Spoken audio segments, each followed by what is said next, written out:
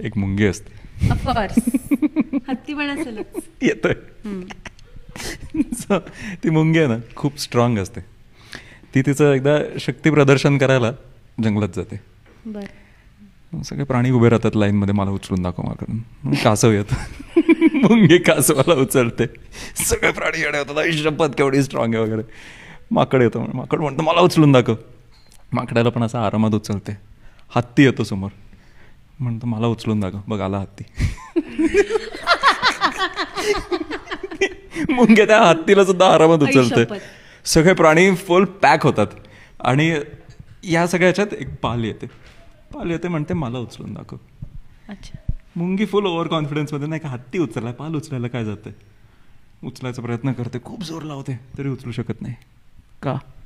कारण ती चिपकली असते. कारण ती लई जड असते ना. अरे